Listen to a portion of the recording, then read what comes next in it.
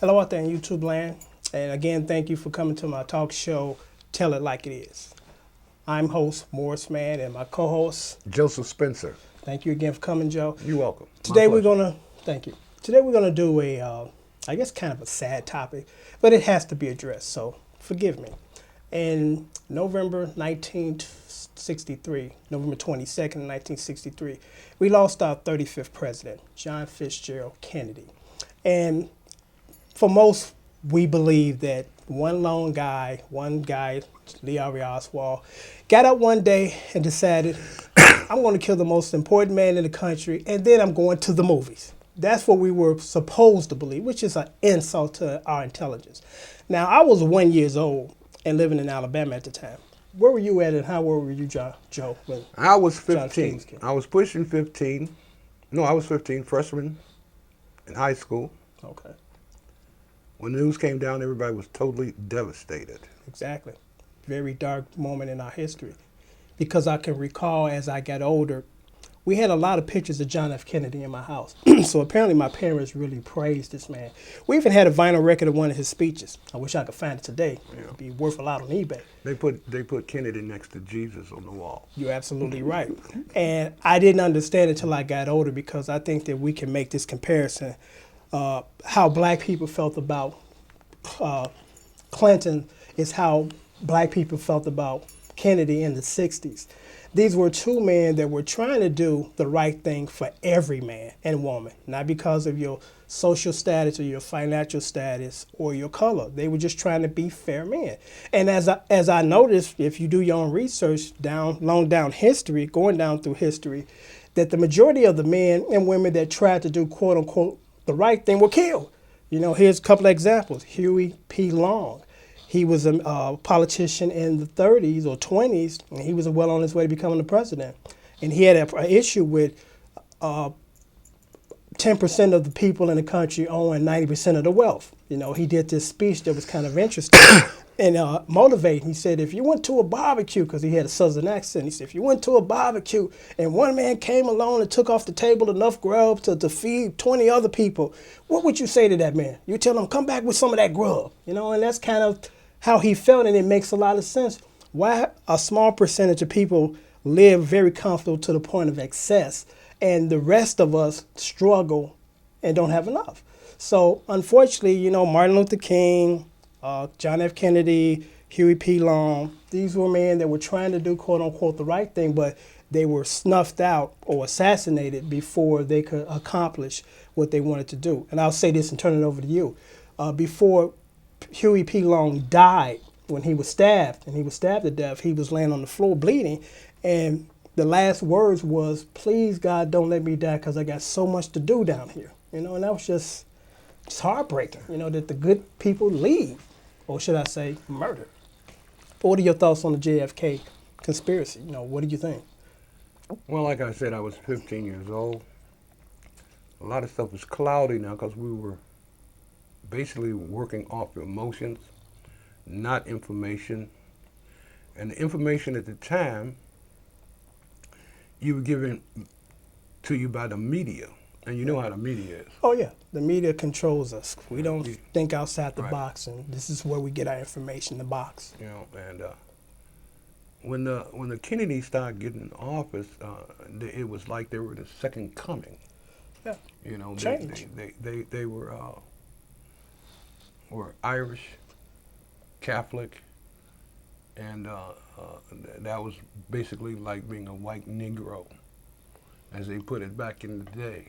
A lot of people disliked it, especially the WASP. You know, the Klan disliked it, and it was a lot of tears and heartaches and disappointment. A lot of people saw their future going down because the second Messiah was murdered. Yeah, it's like the air went out of the balloon. And the people who committed this heinous crime at that time, I don't know much about them. Like I said, from the media, and Well, from the research that I've gathered, and this is, you know, this talk show, we try to touch on topics that a lot of people are just kind of afraid to talk about. And, you know, they've been told not to talk about it. And thank goodness with the free media now, where we can sit here and discuss these issues and not worried about being yanked off TV, sponsorship being taken away. But from my research, this is what I come up with, and this is just my theory. This is Morris Man theory. But the CIA had something to do with it, because it's common knowledge now that the CIA was going to be dismantled when Kennedy got into office. He didn't see a purpose for the CIA because, as you know, and most of us don't know this, that the CIA are basically their own boss. They do whatever they want. They can kind of override the president or do things that the president's not even aware of. And Kennedy was like, I'm not having that. I need to know what's going on, instead of after the fact or the backlash. Yeah. So it's quite obvious that they had a vested interest in taking care of or taking out this guy, because they were going to lose their jobs and their power be stripped, because in this society, power is more than anything. Yeah. You know, it's more than money. You know, but power without money is no good, and money without power is no good. Exactly. There was a scene from The Matrix, and the character Neo was talking to the Oracle, and he said to her, well, what? She asked him, what do men with power want? And he said, I don't know. And she looked at him and said, more power. It's like, that makes a lot of sense.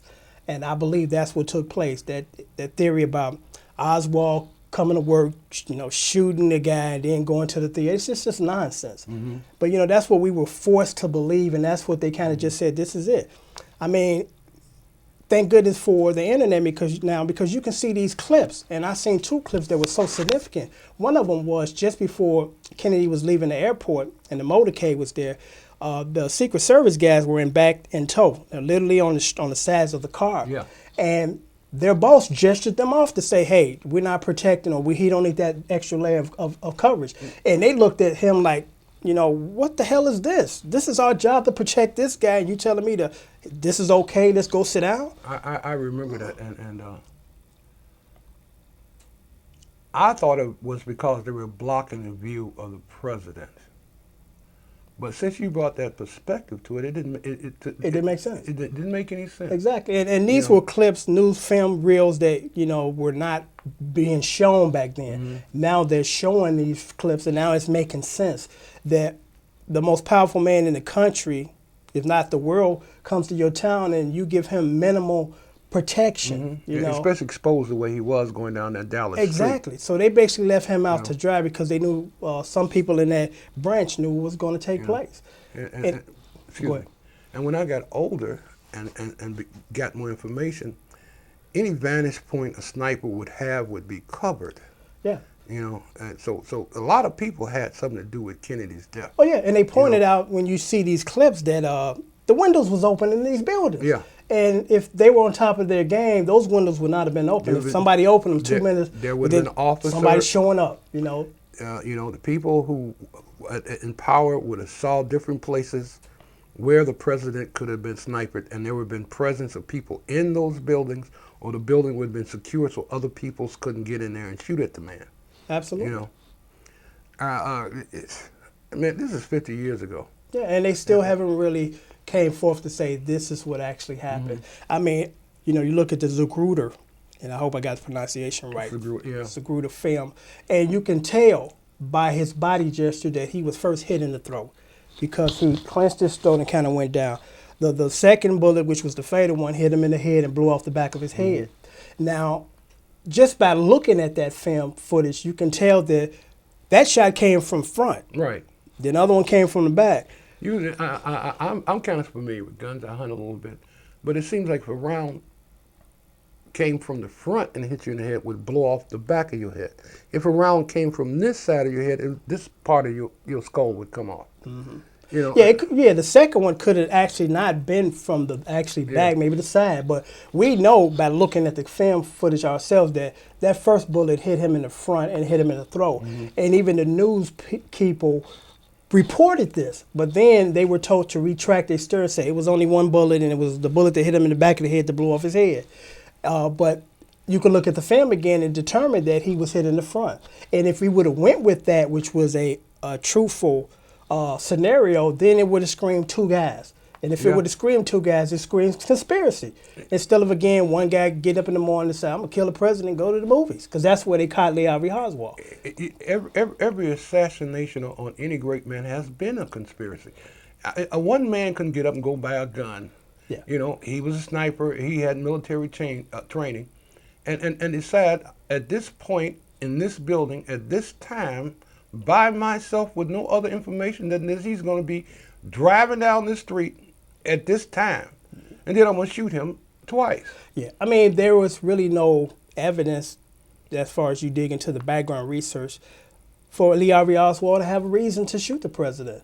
You know, the famous photo of he's a communist and he was holding a newspaper and a rifle. They've had photo experts throughout the years, and these are accredited experts that say that photograph was doctored. They did put his head on top of that body that was holding a gun in the magazine. And you ask yourself, if that's true, they're trying to cover up something. And if they're trying to cover up something, what is it that they're covering up? You know? The fact that somebody's walking around with $10 million for killing this man 50 years ago. Yeah. I mean, I just don't believe it. It didn't make any sense. And just like with his brother, but you know, we're talking about John F. Kennedy, still a Bobby, but it was the same circumstances surrounding his death, that he was shot in the back of the head. That the autopsy showed that he died from a bullet from the back of the head. There were tons of people in that pantry that day, and all of them attested that Sirhan was never behind Bobby Kennedy at any point in time. So how could he shoot this guy and the bullet, you know, goes around and ricochet and hit him in the back of the head? It was an intelligent bullet. Yeah, so it was another, so that's questionable too. So the whole Warren Commission's report, you know, it's just a bunch of bull, you know. I'm not buying that. You know, we live in a society now where they are releasing these documents due to the Freedom Information Act. And I couldn't understand initially, why were they selling these records for 50 to 100 years? Now, you know the answer to that. Fill in the blank. They all dead. Exactly. The guilty people are dead, you know? And that's what we do in this country. Now, I'm assuming that they perhaps do those kind of things in other countries. I don't know. But it's just sad, and it was a sad day, November 22nd, 63, that we lost a very important man. John F. Kennedy was expected to do some monumental things for this country, and some people was just not trying to embrace that change because there was no benefit in it for them. You know, he was trying to be fair across the board, and they just wouldn't allow him to do that, and as a result, they killed him. 1963 was how many years after the Civil War? 80-something years? 90 years? Jim Crow was alive and well.